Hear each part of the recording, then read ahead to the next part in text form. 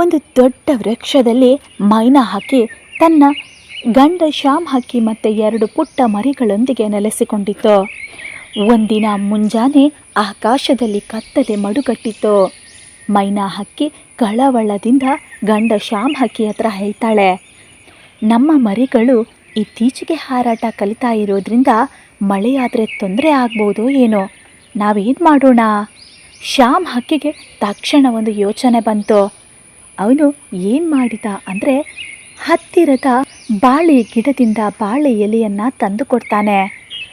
ಅಮ್ಮ ಮೈನಾ ಹಕ್ಕಿ ಆ ಎಲೆಗಳಿಂದ ಒಂದು ಚಿಕ್ಕ ಗುಡಿಸಲನ್ನು ತಯಾರಿಸ್ತಾಳೆ.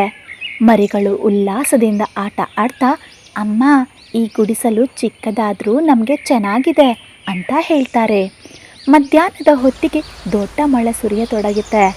ಗಾಳಿಯೊಡನೆ ಜೋರಾಗಿ ಮಳೆ ಬರುತ್ತೆ.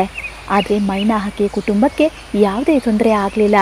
ಗೂಡು ಗಟ್ಟಿಯಾಗಿ ಕಟ್ಟಿದ್ರಿಂದ ಮತ್ತು ಬಾಳೆ ಎಲೆಗಳ ಗುಡಿಸಲು ಸುರಕ್ಷಿತವಾಗಿದ್ದರಿಂದ ಎಲ್ಲರೂ ನಿದ್ದೆಗೆ ಜಾರಿದ್ರು.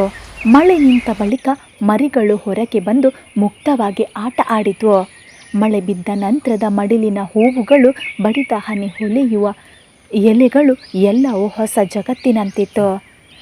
ಅಮ್ಮ ಮೈನಾ ಹಕ್ಕಿ ಸಂತೋಷದಿಂದ ಮಗುವಿಗೆ ಹೇಳ್ತಾಳೆ, ಮಳೆ ಬಂದರೂ ನಾವು ಸಿದ್ಧತೆ ಮಾಡಿಕೊಂಡಿದ್ರಿಂದ ತೊಂದರೆ ಆಗಲಿಲ್ಲ.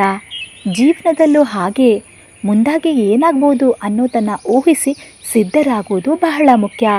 ಈ ಕಥೆಯ ನೀತಿ, ಮಳೆಯಂಥ ಚಿಕ್ಕ ಸಮಸ್ಯೆಗೂ ನಾವು ಸಿದ್ಧರಾಗಿದ್ದರೆ ಅದನ್ನು ಹಗುರವಾಗಿ ನಿಭಾಯಿಸ್ಬೋದು.